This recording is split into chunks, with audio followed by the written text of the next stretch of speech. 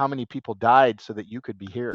That experience of being trapped in the basement led me to try to get out of the basement. And God said that darkness shall rule for 6,000 years, but light shall rule forevermore. We have to come through the darkness. There's always that doubt that happens, and that's that cross sitting in the middle of the road. That's your I can't do this. I'm not good enough. You're not going to love me. If you leave me, I'll die. That's the fractal representation of the death.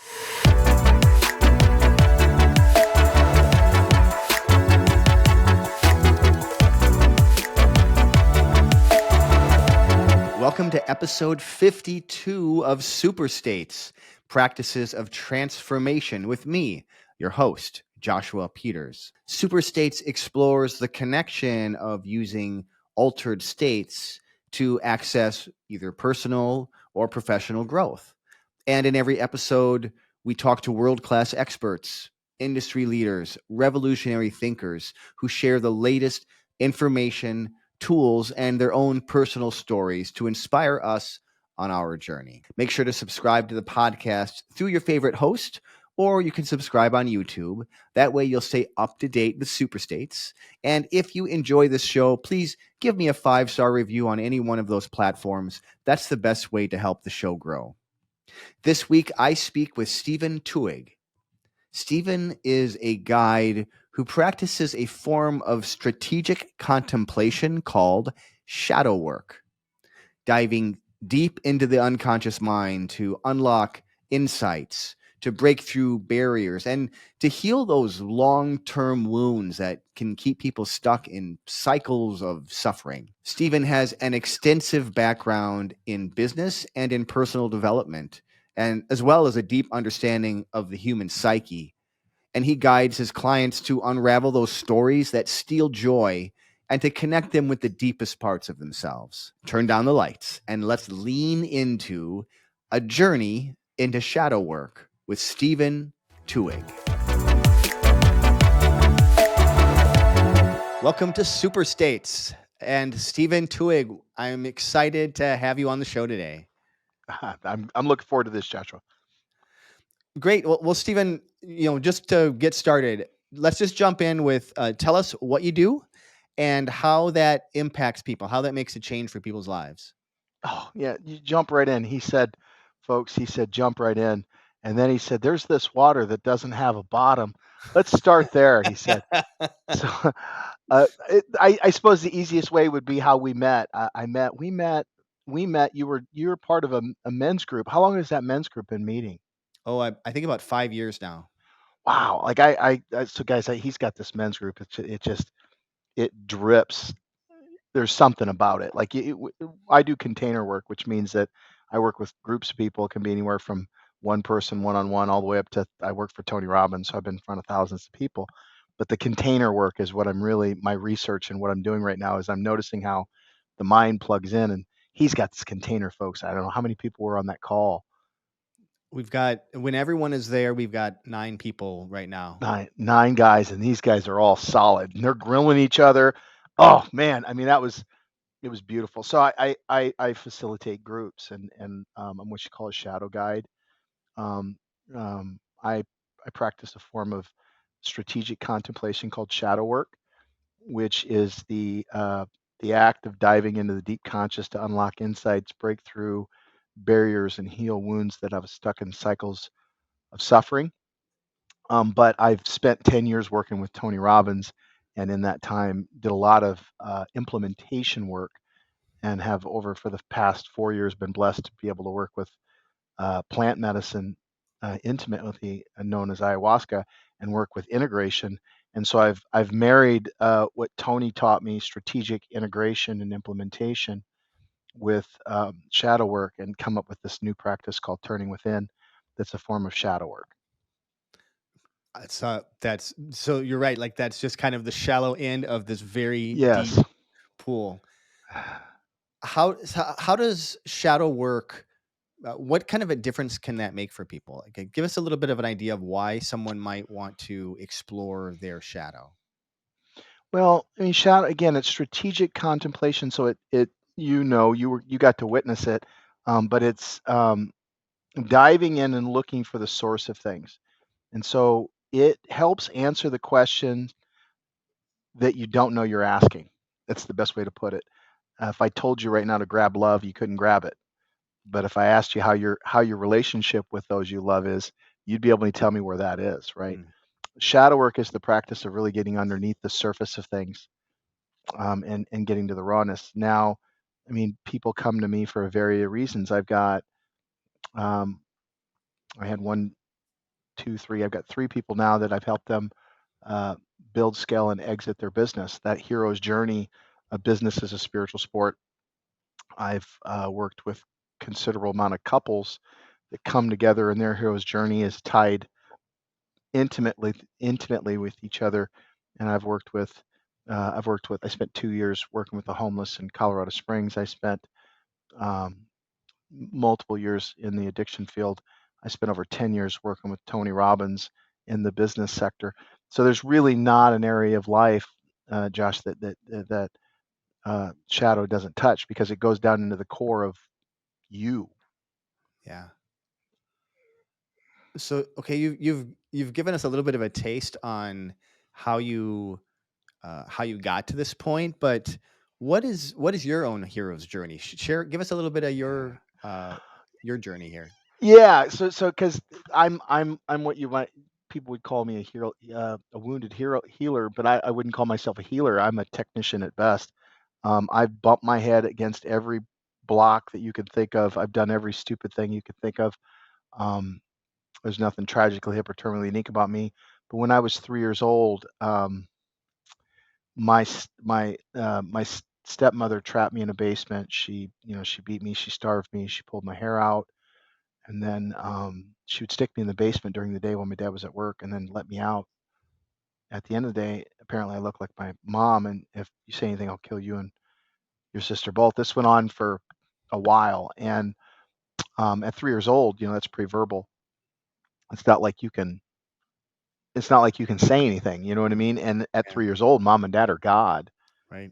and so that sticks with you, and that stuck with me. And now I'm a grown man, and um, I'm at work, and my coworkers are all jockeying for the same position, and I feel like I'm being trapped in a basement.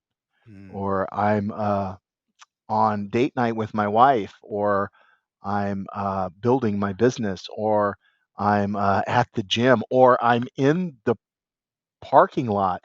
Like, I listen to a song. Like, the mind takes that moment and it goes, okay, make sure that never happens again.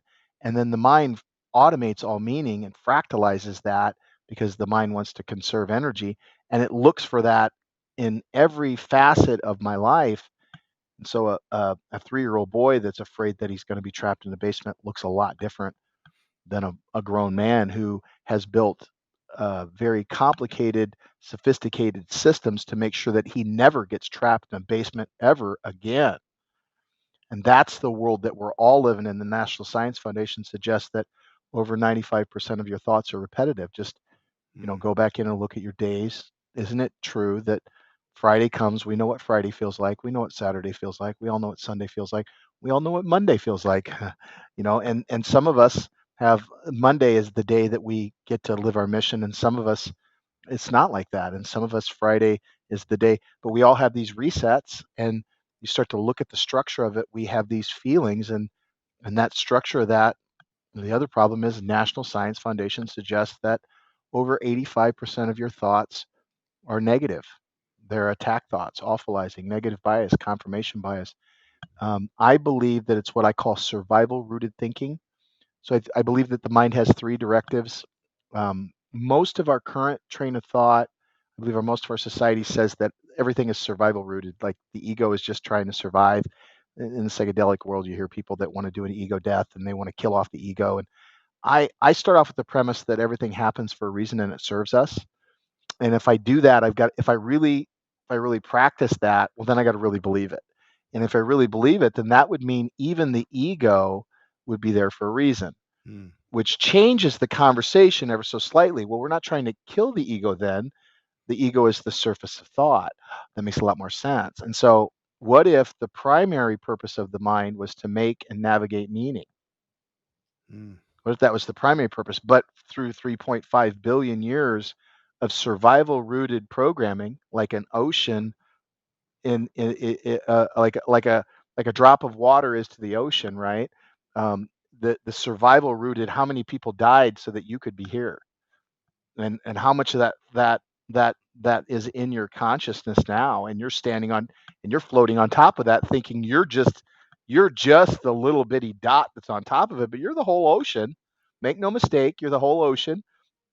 And so I think the second directive is that it's survival rooted. I believe that our minds have been hijacked for survival rooted, and you can see it. It fractally is represented in the scenarios that we run, and then you look at our society, and our society is built around our news is shock. It's shock and awe. It's keep us fear based because a consumer. And I'm not trying to talk Big Brother. That's not what this is. This is just a rational conversation about the water we're swimming in. You know what I mean? It's not like Yeah. anybody's to blame for this. This is where we're at. Just let's everybody take a breath. You know what I mean? So we need to learn how to clean that lens off, because it's like we're driving around with the windshield and there's mud all in it. It's like, well, clean that off. You think that's out there, but it's not. It's on your windshield. You're going to see that shit everywhere. That's Hmm. shadow. Got it. Got Did it. that I answer your like. question? Yeah. Well, I mean, you dove into you dove into what is shadow. Yeah. What you didn't answer was your own experience of facing your shadow. Like you kind of mentioned that you had some, but I was curious how you got to this point. Like, what was the Oh, kinds of experiences that you went through that led you to where you are now? well, yeah. So then what happened, right? Well, that experience of being trapped in the basement led me to try to get out of the basement. Well, Hmm. first it led me to fractally create the programming in my mind led to addiction. It led to failed marriages. It led to all kinds of destruction in my life, because I needed to have a basement to come out of. Like if I'm going to be trapped, I needed to have an experience of being trapped. Does that Yeah. make sense? Yeah. So I would Totally. create in my world, and then I would blame said trap on you. Like, wait a minute, you walked in there, shut the door, locked it, and now you're yelling at me because the door's locked. I don't understand what's going on here. Just open the door. That's the kind of experience it had to have felt growing up around, like living around me. I had no idea. In my mind, in the subjective experience of the story called Steven, I was I was just a victim, and I this is the best I got, and I'm not good enough, and you're not going to love me. If you're going to leave me, I'm going to die, and I'm going to be trapped in this basement all alone, abandoned, right? And that went on in numerous ways until on April 2000, I did my first shadow ceremony, and everything changed in a matter of 48 hours. Like you come face to face with what we call your shadow, and it just changes a person. It changed me, and it's not like you're listening to be very clear. I don't think there's such thing as a wake. I think there's waking. It's not like I'm a floating on water, walking on water. Like, that's I don't know anybody who does. Anybody that does is probably trying to sell you something. You know what I mean? But I do know that in that moment I saw something that I didn't know existed. I knew that I was more than what I thought I was. Mhm. And when I say that, I know that probably sounds really friggin' woo woo, right? Very practically, there was more to me than I knew was me. I realized I saw how I was creating my reality and how I was living out of my reality. And then that led me to the journey of really understanding, well, what is reality? So then I went to work. That was April 2000. I started doing integration, started traveling around the world, taking all these workshops. I then spent 10 years working for Tony Robbins, built his business mastery division, interviewed well over 10,000 business professionals, successful people. He had commissioned me to interview them to find out what was working and not working in their life. Well, I'm in this research and shadow work. I'm like, that's exactly what I'm. So I took this form of this practice, and I said, well, what if I know it works on trauma and I know it works here, but what would happen? It works with addiction, great. It works with homeless, great. It works with the highly successful people, great. It works with business owners, great. I started seeing this structure, this problem. It's everywhere. Like, it's everywhere. It touches everything in some way, shape, or form. And then About 4 or 5 years ago, it was 2 weeks before COVID. No, it was a month before COVID. I went and I came down here to Florida. There's a place down here. There's a church down here that I work with. I've been the director of the integration services. They offer ayahuasca. Mm-hmm. A month before COVID, I tried ayahuasca. 2 weeks later, I quit my job with Tony to follow this plant. It sounds so crazy, I know. And 2 weeks after that, COVID hit. Like I was going to build this facility that had people that would come in and that's not what the universe had in store. I was just following the vision that I'd begotten from this medicine that Yeah. showed me something that I'd never seen before. And I've been following what I realized was I was following the same thread the whole time. It's Uh-huh. all at the end of the day, it's all make believe. Mother showed me the second ceremony. It's all make believe all the way down to the very gaze of God. There's none of it's real. It's none of it. It's all shadow. Mm. That's that's a pretty profound experience and statement there, and I resonate with it as somebody who's had similar, maybe not the exactly the same, but some similar types of experiences like that. Can you You, describe to us what a shadow ceremony is? um, I can extract I can describe for you the shadow ceremony that we put on. I can describe for you the structure of a ceremony. First, we'd have to define ceremony. So, what is the ceremony? Well, it's an immersion.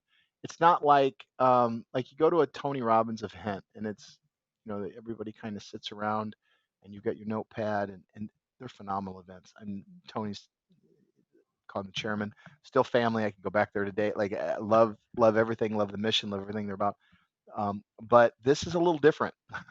You're gonna engage in that part of you that you are not necessarily comfortable with engaging right from the moment you come on site, and we enter into what psychedelic practitioners have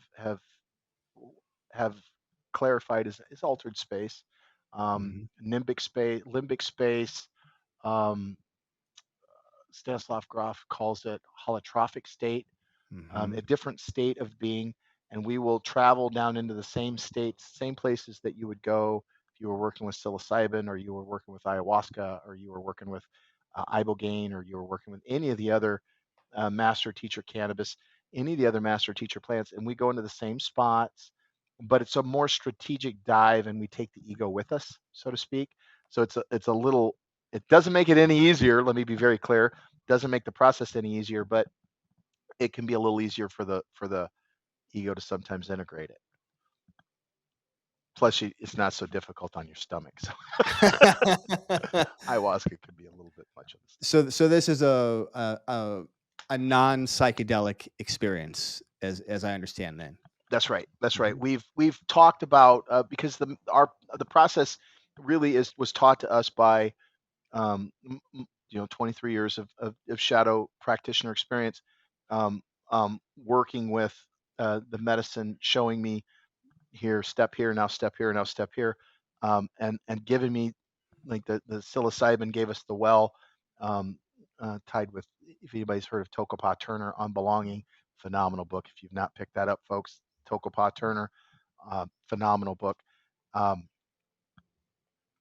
but that was given us to us by the mushroom.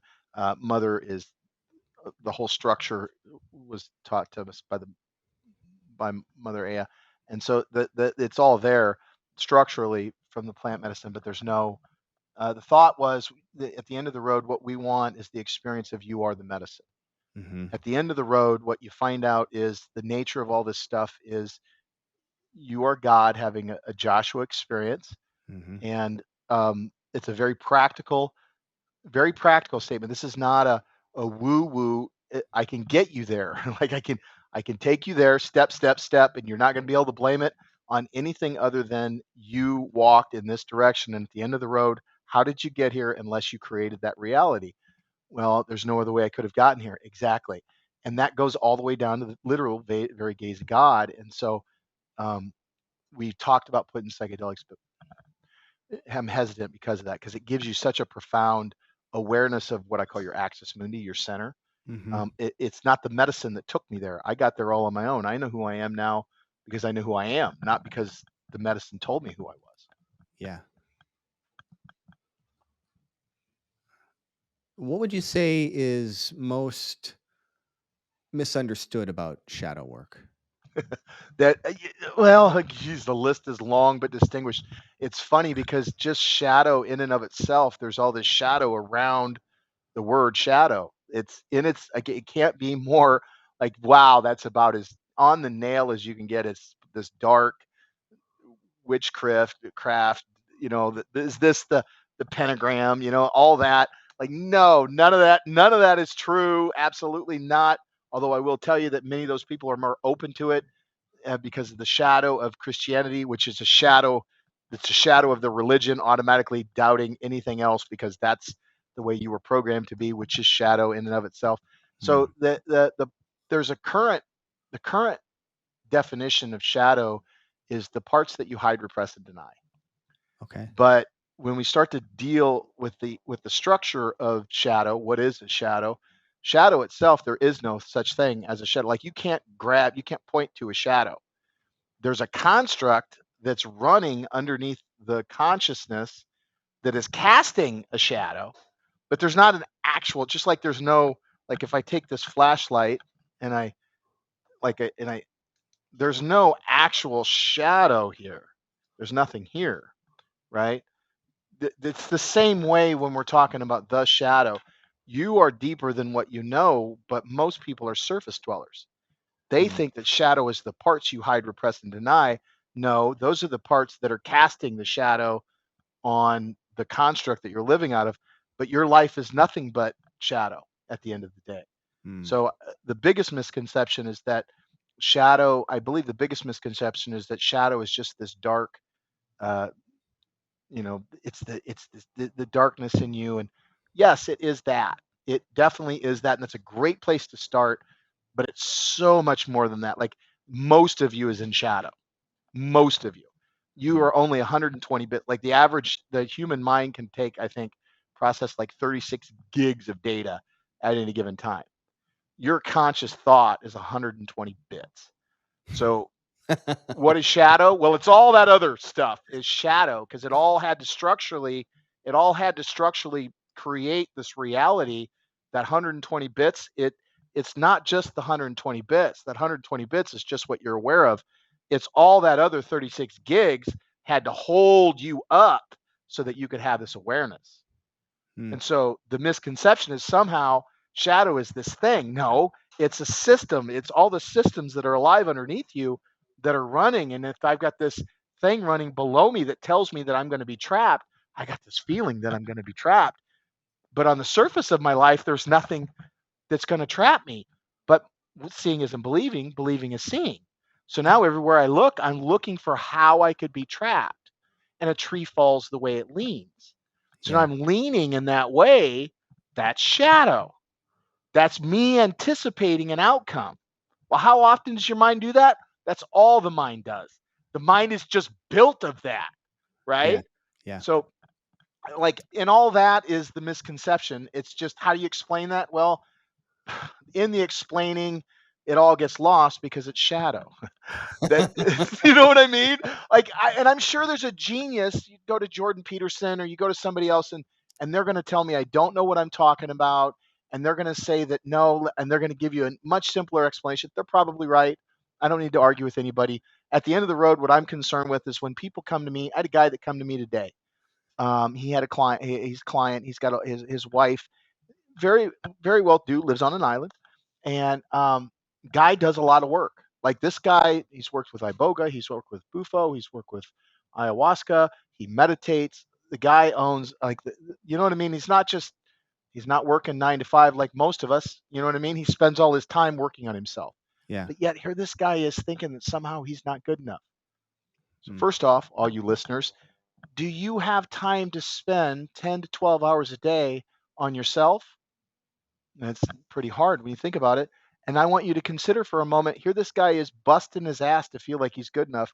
He lives on an island and walks on the beach every morning and every night, and yet he still feels not good enough. Breathe. We all feel not good enough. Trying to be good enough, trying to get to good enough is the problem, right? But anyways, he's in a relationship with his wife and they're working on some stuff and we start getting into it. We start to realize that I said, "So, tell me, what do you want?" He said, "Well," and he starts to tell me he just wants to experience more love with his wife, and his wife is there. And so I turn to her and I say, "So tell me, what is it that you want?" And she's mad. And why is she mad? Well, she just heard him say that she wasn't loving him right. That's not what he said. And I said, "Well, what do you want?" She said, I just want to experience more love from him." I said, "Well, do you love him?" She said, "Yes." I said, "Do you love her?" He said, "Yes." I said, "Do you know that he loves you?" She said, "Yes." And I said, "Do you know that she loves you?" And he said, "Yes." I said, "So wait a minute. What you're telling me is that you don't feel like you love, like she loves you enough, even though you know that she loves you. You think that he doesn't love you enough, even though you know he loves you. Both of you love each other. Both of you know you're loved by each other. Both of you want to experience more love, but neither one of you seem to be able to give it." And I thought it was like watching two people scream "I love you" at each other in anger. Hmm. And when I look at that, I go, that's what everybody's doing. It's a form of shadow boxing. And it's like you see these people that get together and it's like watching a clock come together. They think that this is the person that's the cause of them not being good enough, but they seem to marry somebody who was feeling like my wife started to feel she has these abandonment. That was her shadow, is abandonment. So now I start to feel like I'm trapped. So then I start to go into my shell because you're Hmm. trying to trap me. Well, now what does that feel like to her? Well, it feels like I'm abandoning her. So then Yeah. she leans in and starts to hold on to me tighter. Well, guess how that's going to make me feel? Well, now you're trying to trap me. Now you're smothering me. So I try to pull back even farther, and it just creates this weird tension. And it's like our society seems built for that. Shadow work is getting underneath that and unraveling all of it. Like I'm done playing the game. I don't. I want to. I want to be. I want to be a human. I want to be okay with being human. I want the people around me to be okay with being human. I want our society to learn how to be who we really are and not who we feel like we need to be because that's what our parents said that we needed to be. Mm. Yeah. That's you told me a lot of stuff there that's kind Did of I? percolating in my head right here. One of the things that you said, trying to get to good enough is the problem. Yep. So that one really resonated with me, because like you said, everyone, I mean, everyone that I ever work with, it's the same thing. They at some level aren't feeling good enough, like there's not worthy or whatever that is. Yep. If trying to get to good enough is the problem, then what is the solution? Well, again, so as soon as we go to solution, then I'm buying into the framework of the problem. Does that make sense? As soon as I go, there has to be a solution. What is the solution? Now I'm confirming to you that the problem is real. And that's Mhm. not Okay. true at all. I Okay. don't buy in. I believe what I believe is that we're coming from within. I believe that I am God having a Stephen experience, and that experience is so quick that I can make a judgment and I can feel that judgment before I even know that I've made that judgment. So I'm Mm. experiencing my reality at such a fast level, and the velocity of change is sped up. And so I've got all this programming behind me that I'm operating on it. And unless I come to the point where I understand what am I holding on to. So if I feel like I'm not good enough, I'm coming from experience of not being good enough. And so there's no way that I can ever quite be good enough because I've already the first primary directive of the mind is to create and navigate meaning. My meaning is not good enough. Now I'm navigating from not good enough. And what you'll find is people think that good enough, it's either good enough or not good enough. No, that's not the case. When we navigate from not good enough, there's not good enough and then there's not good enough. Right. There's never good enough. Does that make sense? Oh And yeah. now Yeah. I'm navigating from my life either sucks or it doesn't suck. And that's a sucky place to navigate from. Now here's the other thing. When you're traveling around in a town and let's just say in the middle of town there's a giant church with a cross on it, and I don't know that town, but I can look up and see that cross. How do I navigate? I navigate from the cross. I'll just look up and see where the near. Oh, I'm over on this. I know what side of town I'm on because I know where I'm at from the landmark. If I'm navigating from not good enough, guess where I've always got to navigate from? Not good enough. That's going to be the cross that sits in the center. That becomes the very center of the experience that is Stephen is in the middle of it is not good enough. Why? Because that's all I've navigated from, because that's all I've ever been taught. So the very structure of problem and solution is the very problem. Getting to good enough is the problem. I start off with good enough and I allow what comes through me to be what comes through me. There's a book out called The Creative Act by Rick Rubin. Now, those of you that don't know who Rick Rubin is, let me tell you, you've heard his work before. He's produced the Beatles, he's produced Soundgarden, he's produced Aerosmith, he's produced Johnny Cash, he's got more hit records than anybody on the planet, I think, something like that. And he'll tell you he doesn't create anything but for himself. If he likes it, then it's good enough. Why? Because he's only making it for himself.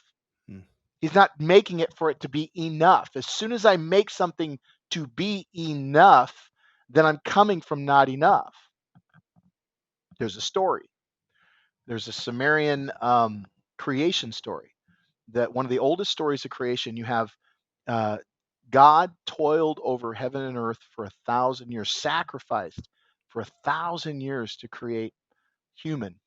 He wanted something to paint everything within heaven and earth. Toiled and sacrificed everything God could think of. And in a moment, doubt entered God's heart. And in that moment, in the womb of creation, was created the twins, dark and light. God, seeing this, said, "Whosoever is the first out of the womb shall rule everything between heaven and earth." Darkness, hearing this, attacked the light. This was where the first conflict arose and ripped a way out through the womb. And God said, understanding and remembering God's promise, said that darkness shall rule for 6,000 years, but light shall rule forevermore. We have to come through the darkness. But anytime we're creating something, when there's always that doubt that happens. And that's that cross sitting in the middle of the road. That's your, I can't do this. I'm not good enough. You're not going to love me. If you leave me, I'll die. That's the fractal representation of the death that you know one day, because one day you're going to die. Like you're going to take one breath too short. You're going to be one heartbeat too short and you're going to die. And so am I. And so is everybody you know. And so is everybody I know. And one day this country's going to fall. And one day this planet's going to die. And the sun is going to turn into a black hole and it's going to suck everything up. And everything's going to, billions of years later, zillions of years, whatever, we're not even going to be talking years anymore. Something else is going to be grown and nobody's going to remember all us. So at the end of the day, all that really matters is what you're feeling anyways. So we come right back to creation. What are you feeling right now in your body? Are you feeling joy? Are you feeling happiness? Are you able to cultivate a sense of you belong here? And anything that's keeping you from that, that's probably shadow. It's probably a lie. I would suggest that you take a look at that.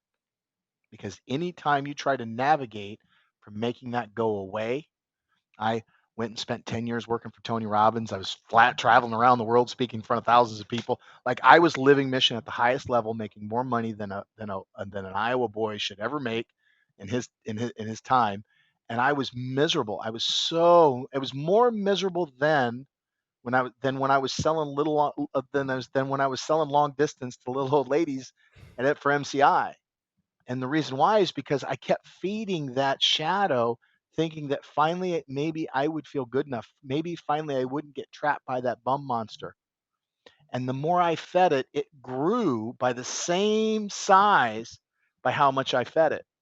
And it's not until I turned around and faced that monster inside of me, until I turned within and saw that I was exuding this feeling of solving a problem. Because as soon as I solved the problem, guess what? I'm in problem rooted thinking now.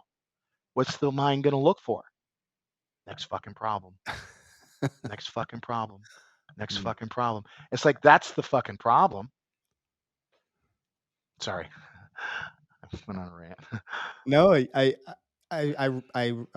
appreciate that that point of view. And so to your point, then you're saying that rather than striving against the thing, whatever it is, not good enough or not worthy or whatever, I think you mentioned there's five basic Five sacred fears.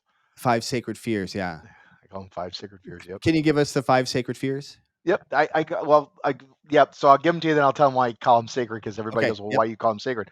First one is I'm not good enough. Got these. Tony said I'm not good enough. You're not going to love me. Those were the two fears. Like, that's exactly right. I'm not good enough. That's the first one. And why? Well, when we're born, we're babies, and our superpower was our love. Like, if you really get down to the very basic brass tacks, our very basic connection is love. Like, when we were little, think about when you were a little girl, little boy, you there was a part of me that believed if I can make mom and dad want to buy that for me, they'll get me whatever I want. There was that time when I believed that. That's Mm-hmm. because our love was how we got something done. And so we knew that I'm not enough here. Like, I can't walk and get my own. I can't get to 7-Eleven on my own. I don't have a license yet. You know what I mean? Like, they're not going to sell cigarettes to this baby in this diaper. You know what I mean? I don't care how huey you look. So it's like, I'm not good enough. That's the first fear we all come up against. And then we notice it's love. So you're not going to love me, because I knew that mom loving me was, that had to have been why. Why else is she? I'm screaming at her for my the the amazing thing that is mother. Like, God created this thing called mother that is just mind boggling, and it's like, it has to be love. Well, what happens if you don't have that? Would be a natural response to understanding that. Okay, what happens if they don't love you then? That would be the mind just trying to protect you. Yeah. Boom. So I'm not good enough. You're not going to love me. You leave me, I'm going to die. It's real simple. Those are the three that we get, I think, from being a baby. Now, my work in psychedelics with a gentleman by the name of Stanislav Grof, if any of you know him, he's got some work called the Four Matrices of Birth that I find just astounding. And he goes, well, because it really is the structure of what I call the story facet in the construct that we live out of. And the birthing process itself, if you go in and look at it, well, first we go through this smothering, where our first trauma is a smothering. Like, imagine what it felt like when you were inside the womb and you got too big for your britches and the food store started, like, I'm going to get smothered. What else are you, like, imagine what it felt like to be inside of the womb. Like, that had to be unbelievably difficult for us. Everybody, all of you, breathe. It's okay. I'm giving you a pat, soothing you right now. You know what I mean? Like, we all went through this trauma of birth. Then we push through the third matrices. Then the fourth matrices. Now we're out, and now we're starving. Now we're cold. We didn't know what food was. We didn't know what time was. We didn't know what warm, cold. We didn't know any of that. Put me back, right? That's the abandonment. That's an Mm, abandonment. And we all have this fear. For me, it's not abandonment, it's exile. Like, mm, I believe there's a part of me that believes that just a part of me that comes online that's certain he's toxic. But I don't tell myself that, because the 120 bits doesn't want to hear that, doesn't want to process that. So what I'm feeling is that there's this judgment coming from you to me, that the way that you're treating me, the way I'm going, oh, it sounds like this dude thinks that he doesn't like me. There's something about, he feels like he wants me to leave. He doesn't want me here. And what I'm really feeling is, I feel like I'm in exile, and now my mind is now looking for reasons why that is, because it's mm, projecting it. My conscious thought doesn't want to hear it, right? Well, what is that? Well, that's that feeling of, now you're outside the womb and you're all alone. And if you can give yourself permission to really track all this work down, like, go, whew, I mean, like, you can really start to see these parts of you, and you start to see the depth of who you are. The beauty of it is that this stuff isn't, it doesn't, like, people talk about, they get triggered, and then that yeah. brought me out. No, you're already triggered. The triggering just made you aware of it. Like, this feeling of being trapped wasn't something that came on me. No, I was always feeling like I was being trapped. Sometimes I just wasn't aware of it. You know what I mean? But when the song, like when a refrigerator is humming in the background, after a while you forget it's there. But then if somebody brings it up, you can't not hear it. That's Yeah. what being triggered is like. Like this doesn't mean I'm not being triggered. And all of us are triggered. Like we're walking around in just this giant trigger box. And none of us know how to. The one thing humans don't have is an autonomic reset. Like Hmm. we're the most triggered animal on the planet. And we walk around just triggered all the time. What makes us who we are triggering shadow. We're all just walking around in layers of. It's like let's unravel all that so that we can stop walking out of this survival rooted and start to restructure the mind. That's what we're. That's the. I believe that's what we've come here to do. I believe that's the time we're in. The time of the. It's called the unraveling. And when I used to hear people say this, oh, I mean, I work for Tony Robbins, so it's like what gets reported gets measured.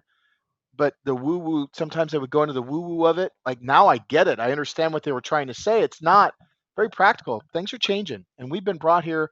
It's time to three great questions. Where do we come from? Where are we going?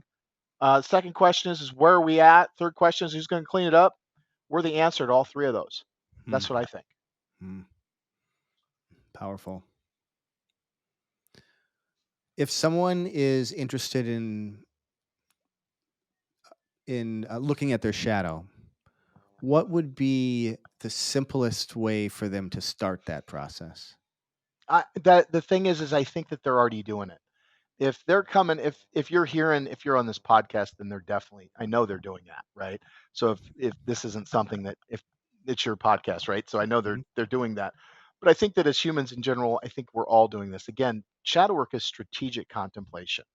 Hmm. I believe we're all in constant states of contemplation at any given time. Shadow work is about doing it strategically. I want to have that contemplation, that thought about why am I having this problem in my business? Why am I having this problem with my wife? Why am I having this problem with my students? Why am I having this problem with myself? That that process, shadow work, the beauty of that is it teaches me how to have that in a way that I can trust the process. I can trust the math that I come away with more so than I can trust the experience that I have from it. Because again, I know I'll lie to my, the first rule of shadow work is you'll lie to yourself first. Like Mhm. you're the first person you're lying to, right? And so, um, the what can we do? We can just realize first off that you're lying to yourself somehow. If you're in suffering, you're lying to yourself. Trust me when I tell you, when it comes right down to it, you're God having human experience. Like you know what I mean? Mhm. If you're listening to this podcast, you're already part of the 1%. So like if you're listening to Yeah. this podcast, you're already part of the 1%. You've already won the game. Yeah. And I get that it doesn't feel that in your body, and I'm by no means do I mean to belittle anybody's experience. Trust me, you're talking to somebody who's I've sat none of your experience, like it's not that none of that stuff needs work. It's that the illusions are real. The lie, I don't feel any different in my body. Like me and my reality are interrelated, but it's noticing first off that that's a lie and giving yourself permission to start to work through that so that you can change the way that you're showing up. Yeah. Because when we change the way we show up to things, we change the things we show up to. It's just the way it is. Again, I'll do work with somebody, they'll come to me and they'll tell me I'm leaving my husband. Okay, you want to leave your husband. And then they'll spend 10 minutes on the phone talking to me about why they're leaving their husband. It's like, well, why are you? It sounds like you're trying to talk me into telling you that it's okay that you leave. Are you telling me that? And then what we get down to it is we find out, well, they have yet to do their work around the thing that their husband. Again, I can give you Yeah. husband, wife. It doesn't matter who I'm on the phone with, because if I can tell you that if my wife is in shadow, it's highly likely that I am as well. Like Mm. you know what I mean? Like at no means. What I've noticed is when I can spot myself in and catch myself, then I can give her some breathing room. Maybe, maybe. Mhm. And when she is able to spot her work, she can maybe give me some breathing room. But I have to do my own work and she has to do her own work, and the work does get done. Mm. So, what do? First off, breathe, calm down. We're all telling ourselves stories. That's the whole purpose of the mind. Tell yourself Mhm. stories. Tell yourself it's recognized. So I call it RAIN, RAIN. Recognize that am I in suffering? Yep. Okay. Recognize that I'm in suffering. Allow yourself, what am I feeling right now? Allow yourself to have your feelings. Separate yourself from where you're at if you have to. Like, I need a minute. You go off your own, recognize, okay, what's going on here? Okay, I'm telling myself a story. What am I telling myself? Okay, I'm telling myself that, and I'm telling myself that no matter which way this goes, this is going to end up bad. Okay, and what I have is I have a series of things that I know I'm lying. I've done my work, right? We call it keeping your shadow out in front of you. So it's like, okay, am I telling myself I'm going to be a bum? I got you're a reject. Am I telling myself I'm going to be trapped? There it is. And it's like, as soon as I know what that story is, now I know where I'm holding on Mm. so I can let go. So it's like noticing where the patterns are. I've got an app, and this is I don't it is what it is, right? But Mhm. I have an app you can go download. If you go to Shadow Work app, you're looking for the Metatron. It's called a construct. You're looking for the construct emblem that's sitting behind me here. Um, um, I've got some stuff in there that I give away for free. Um, I've got a mental cleanse process that we do every Monday night from 6 to 9:30. This is probably the place to start. We do. I've got a group of folks that are practicing, group of practitioners that come every week. We create a circle. It's an open circle. Anybody can come and do work. Everybody has to check in if you're going to be there. Everybody's got to check in. Otherwise, how do we know you're human? Like, we want to know you're human. So there's a certain check in. Then once that happens, we dig into the work, and we're going to dive down in, and we're going to drill down into where you're getting stuck, how you're getting stuck, and you can come hold space. You can come do work. We like to say there's three pieces to that container. There's the guide, which is literally the least important part of the equation, because usually I'm the one that's going to get my voice is going to get in the way of the lesson, because Mm. I'm going to think that somehow I'm more important than, and it's never the case. Like, I'm literally, the guide is the one person that will get in the way. Like, get out of the way. It's like they're doing their work. Get out of the way. Let them do their work. So and then you have the people holding space, which is, we get 45, 50 people in a container, depending on which circle we're talking about. And then those people, you'll get one person doing the work. You'll have 4 or 5 practitioners, guides sitting around supporting it. And then you have everybody holding space. Those people holding space, there's something about people coming online together to support. So Yeah. we start off with a simple question. What's the story you tell yourself that steals your joy? And the story I tell myself is, I'm not good enough. You're not going to love me. If you leave me, I'll die. I'm going to get trapped. I'm going to get abandoned, right? But whatever it is, then we drill down, and we call it following the thread. Thread turns into a string gets attached to a rope will be attached to a chain will be hooked to an anchor. Pull it up, anchor comes up, boat leaves the harbor, right? And we've got a specific way, I call it closing the circuit, of going Mm. down in, finding the charge in the deep, and then finding out what's the open-ended kind of algorithm that's running down there. And then we've developed a process where we go in and we find where they're giving that to themselves. And again, it'll be in the book.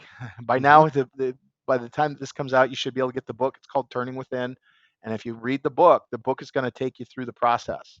It's going to walk you through understanding what a construct is. I give it all away. Like, I try to give it all away. This is not meant, don't get me wrong. I got plenty of stuff that I can offer you if you want to invest and Yeah. dive down in this hole. But at this point in the game, we're too far down the road to think otherwise. And then there's the person that actually comes into that container. We call them both the seeker and the teacher, because that person is going to dive Mm. down in and they're going to find the answer. As a shadow guide, my job is to be as invisible as possible. In other Mm. words, at no time, I want to go into their structure of their trance, because this is a waking dream at best. And we Mhm. want to walk in there, and we don't want to leave any footprints. We want to go in, find exactly this is the light that's on right here. Okay. Okay. Is it off now? Okay. Walk back out. Like, and we're not turning anything on. We're not turning anything off. They're doing all the work. Like, we don't do, Yeah. like, okay, open the door. Okay. Are you walking through? What are you doing? Okay. We go in. Okay. What's in here now? And now that we know where we're at, they do all the work. They tell us what they need. A shadow guide should never give them the answer. The goal is to take them and find them. But I mean, I'm telling you, we've been doing this for this specific circle. We've been running for 4.5 years. Mm. I mean, I've seen lights come on. Like, I can't explain some of the work that I've seen, the changes that I've seen in people. have been borderline is miraculous. And Mm, it's not, again, I say this as humbly as possible. I say this as truthful as a person that's in this skin can say it.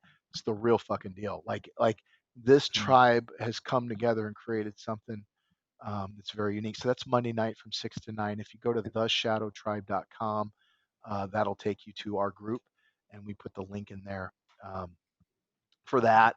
That's an amazing group. Again, my book is out hopefully by now. It's called Turning Within, and it's taken me, it's 23 years of researching to follow this thread, um, to try to figure out what in the world am I looking at. Then there's the app, and then we have shadow ceremonies that we're putting on. Um, we can only do 24 people at a time. We're probably going to move down to 20. It's a very intense. It takes a lot of energy, a lot of work. mm, Every time I leave just completely wiped. Spent in a completely full way. That's the only way of explaining it. And every single person will get 20, 24 people, and then we'll sometimes have anywhere from 20 to 30 staff. Every single person is going to go into shadow. Every single person is going to come out um, clearer. I don't want to. As I'm pointing to it, it's like as I point to it, I want to say things that as people hear them, um, I'm, I don't want to misconstrue anybody. This is if you're really looking for real change, you can find it. You go to shadowwork.com. There's people doing it there. mkp.org, boys2men.org, women within. You come to shadow ceremony, that's us. You go to mastering change, that's us. But mm. if they're doing the real work, here's the goal. They should be pointing you back to you. They should leave Yeah. you at the end of shadow ceremony. I like to tell people what we're going to do is we're going to go deeper than you've ever gone. We're going to go through the cave you most fear to enter, uh, to connect you with a part of yourself that you didn't know was there, but that's been there longer than you have been you. Like it's the Mm, deepest part of you that you can find. And then we will come back out. We will close the doors, lock it up, and hand you the fucking keys. I've left, I've spent 23 years in this industry, and I've seen a lot of things come and go. And it's time. Like it's just time, and we can't continue. It's like as a human, like we've been driving our car like we're looking through the rearview mirror. That makes sense. Like we're mm, driving like that. The problem is that's great when you're just backing out of the driveway, but when you're going down the interstate, a 7-lane interstate, bumper car to car people, and layered with multiverse, you can't you can't do that. And so I think that the velocity of change, what happened in 1,000 years has happened in 10, and what's happened in 10 years has happened in one. The yeah. velocity of change is sped up, and it's sped up in such a way that we can't continue to drive the vehicle through the rearview mirror. Like we're going to have to learn how to clean out this windshield so that we can stop living in the programming of somehow you're trying to trap me, so I can get clear. Did you just say what I? No, you said. Man, I was working with somebody. I'm literally saying, I want you to know I love you. Oh yeah, you would love me. Like I don't know what that is. Like you could tell somebody you love them. You could tell me that you love me. And if my shadow has me caught and I'm not doing my work and I'm not awake, I could drive down the road. I could turn on it doesn't have, I don't give a fuck who it is. Like stood next to Tony. Didn't care who it is. Like you drive down the road, you turn on a song, and it's going to trigger something in you that you didn't know was there, and you're going to be in the dream that you didn't know you were having, and the next thing you know, you're going to wake up with a fight with your husband or your wife, or your kid, or your friend, or your dog, or your cat, or yourself, because that's typically where it starts. And you're going to go, I didn't mean to get here. And that's where people tend to come to me. But you don't have to get there. We can go. You want to do the hero's journey? You want to exit your business? Give me a call. You want to structure. You want to create a conscious company in your company, so your whole company doesn't have to go through the same problems that these other companies are going through as they're noticing that the operating environment that they're operating in is speeding up. Give me a call. You're tired of going in relationship. Give me a call. Like if at the end of the road, if you're tired of living in the same cycles and loops, then it's time to do some work. And I don't care whether you do it with me, whether you do it yourself, stop for a moment. Am I following that same cross? I am. Am I focused on fear? Am I focused on love? Focused on fear. Okay, well, then stop right there and ask yourself, what would love say? Well, love would say, get up and walk out. Love would say, give it a try. Love would say, whatever love would say, that's probably the right answer. Like at the end of the day, but it's not going to be the Kool-Aid man. You know what I mean? It's going to be a Mm, whisper, and you're going to know it when you hear it. You won't even trust that you heard it. That's probably love. You should probably listen to that. And let's learn to listen to that voice instead of this other voice that we just can't seem to get out of our ear. yeah, yeah. Um, I think love says breathe and calm down. Beautiful. Beautiful. Yes, and it did. Now, when you say that, it doesn't say it from a like a hey kind of says. It says breathe, Yeah, calm down, yeah, just like that. And it's like, and not from a calm down, like calm down, but a calm down as in you got this. Calm down. yeah, yeah, Yeah. Oh yeah. I can feel yeah, that. I feel that right here, man. I got that. Yeah. Hmm. Mine says believe. Right now, love is telling me to just believe. And maybe yeah, it's just because I've floated around in this limbic space in this whole call. I don't like I just yeah. felt like I've just kind of been floating in this really pretty space this whole call. So um, maybe that's why. Just trust. Just trust. Trust, believe, breathe, calm down, and perfect, beautiful, beautiful messages. I've really appreciated this conversation, Stephen, and your ideas of shadow work and how this all works. It's really fascinating, and to me, it sounds like any kind of change work, if it's worth its weight, is doing this. It's helping you see what is that, call it the program, the limiting belief, whatever you want to call it. We're all talking really the same thing here. Face that part that probably just really wants to be loved anyway, and Yep. don't and just become friends. Yep. Yep. If you've ever Aubrey Marcus has a I think there's a Yeah, four part between him and Mark Gaffney. If you want to go into the depths of this, like phenomenal four-part series on what they call it the false self. All same. We're talking about the same thing here. Like at the end, like you said, at the end of the road, all roads lead to Rome. At the end of the road, what I always say is, okay, where are you at with your care? Care for yourself.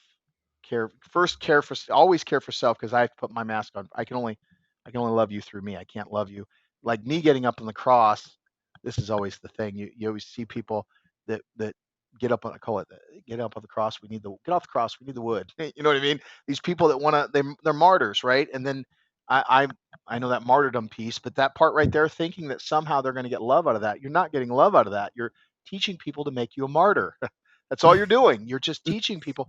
And why? Well, because you were programmed by mom or dad to do things to make them happy, and you were never able to make them happy.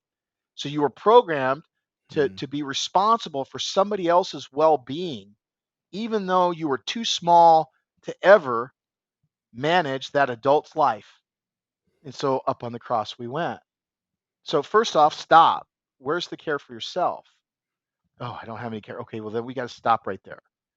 And it's not care. Screw you. No, that's not what I mean. Care. Then we go to love because a lot of people they hear love and they freak out. Freak out in the business world. You mentioned love. It's like they don't want to talk to you anymore. It's like it's not what I mean. Like whatever you're coming at it from. Again, hello shadow, right? Like yeah, there's shadow right there. Like how much love do you have for yourself? Well, I'm not feeling any love for myself. Does love flowing through you? No, it loves. I don't feel like okay. Well, there's your prop. Stop right there. Right? And then we go to the deeper sense, and do you feel any joy in this I call it this is a construct. The construct, right? Do you feel any joy in there?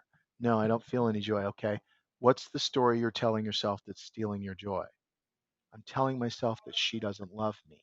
I'm telling myself that I'm not good enough. I'm telling and mm, out comes the and the reason I call them sacred fears is because underneath them, each and every one of them is love. mm, At the bottom of every single one of them. I've yet to find one fucking shadow that underneath of it wasn't some kind of love. yeah. It's the most amazing.